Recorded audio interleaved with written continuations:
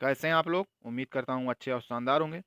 स्वागत है आप सभी का दिशा स्टडी अड्डा में और आज की इस क्लास में। तो चलिए दोस्तों शुरू करते हैं आज की क्लास। और आज क्लास का पहला प्रश्न है कि द्विवार्षिक विमान प्रदर्शनी विंग्स इंडिया 2026 का आयोजन कहाँ किया जाएगा? तो यह किया जाएगा बेगमपेट हवाई अड्डा हैदराबाद में। नेक्स्ट क्वेश्चन होगा कि गणतंत्र दिवस परेड 2026 में पहली बार किस नई गठित कमांडो बटालियन का प्रदर्शन किया जाएगा? तो यह भैरव बटालियन है, ठीक है, जो कि इंडियन आर्मी द्वारा बनाई गई है। तो ये जब ऑपरेशन सिंदूर हुआ था इसके बाद बनाई गई है, क्योंकि ये इसका काम होगा, मुख्य काम होगा कि जो ड्रोन्स वगैरह होते हैं उनको टारगेट करना और उनको मार गिराना।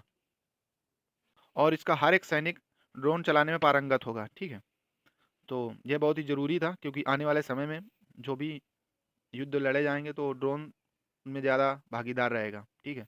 जैसा कि पाकिस्तान ने ड्रोन का उपयोग किया था ऑपरेशन सिंदूर में, क्योंकि उसको तुर्की जो है उसने सप्लाई किया था ड्रोन उच्च किस्म के।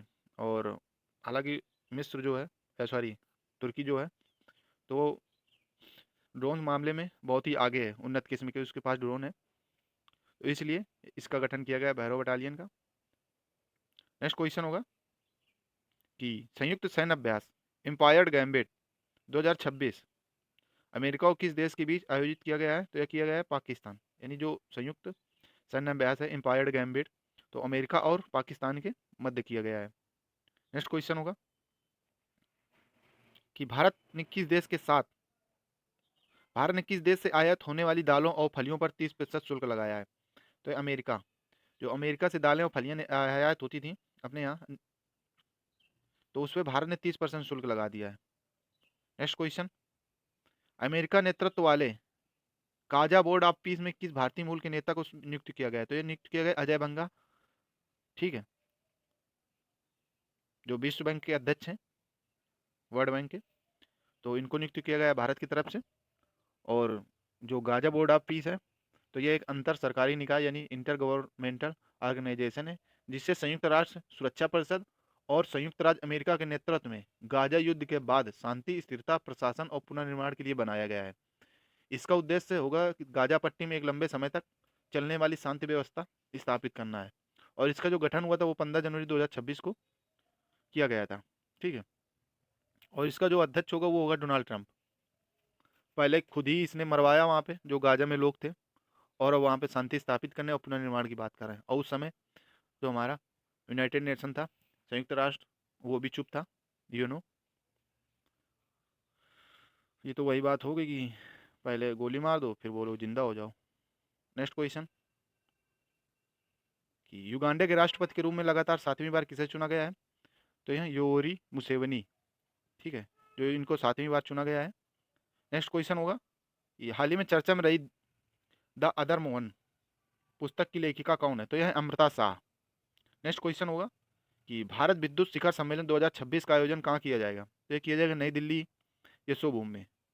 नेक्स्ट क्वेश्चन होगा उली केस्टन होल्ज, जिनका हाल ही में निधन हो गया, किस खेल से संबंधित थे? तो स्नो बोर्ड है, जो गेम है उससे संबंधित थे। तो वेरी इंपॉर्टेंट क्वेश्चन है दोस्तों ये। नेक्स्ट क्वेश्चन और अंतिम प्रश्न है दोस्तों आज का कि अमेरिकी विकासवादी जीव विज्ञानी टोबी कीयर्स को हाल ही में किस प्रतिष्ठित पुरस्कार से सम्मानित किया गया है? तो यह किया गया है टालर टाइलर पुरस्कार। तो टाइलर पुरस्कार दोस्तों क्या है? हालांकि हो सकता है कि आप लोगों ने इसका पहली बार नाम सुना हो। तो टाइलर अवार्ड का पूरा नाम है दोस्तों Tyler prize for environmental achievement, ठीक है। इसे दुनिया के सबसे प्रतिष्ठित पर्यावरण पुरस्कारों में गिना जाता है, इसलिए इसे इन्वायरमेंट का नोबल प्राइज कहते हैं, ठीक है। टाइलर पुरस्कार को क्या कहते हैं? इन्वायरमेंट का नोबल प्राइज कहते हैं, ठीक है। तो इसकी जो शुरुआत हुई थी यानी स्थापना हुई थी वो 1973 में, ठीक है। तो ये इंपॉर्टेंट क्वेश्चन है दोस्तों, याद रखना आप लोग। तो ये पुरस्कार उन वैज्ञानिकों शोधकर्ताओं को दिया जाता है या संस्थाओं को दिया जाता है जिन्होंने दोस्तों पर्यावरण में संरक्षण में असाधारण योगदान दिया हो, ठीक है, जलवायु परिवर्तन पर काम किया हो और बायोडाइवर्सिटी संरक्षण में अहम भूमिका निभाई हो, ठीक है। इन सब में काम किया हो तो उसको, जो इसने उच्च प्रदर्शन किया होगा अच्छा, तो उसको दिया जाता है, ठीक है। तो ये मिला है टीवी कीयर्स को। तो आज के लिए दोस्तों ये क्लास, और कैसी लगी आप लोगों को कमेंट करके ज़रूर बताना। और क्लास लेना मत भूला करिए, डेली लिया करिए क्लास, 4 से 5 मिनट की क्लास होती है। और 4 से 5 मिनट निकाल कर आप ज़रूर देखें क्लास। ठीक है, तो चलिए मिलते हैं कल एक नई क्लास में फिर से शानदार प्रश्नों के साथ में। तब तक के लिए दोस्तों जय हिंद।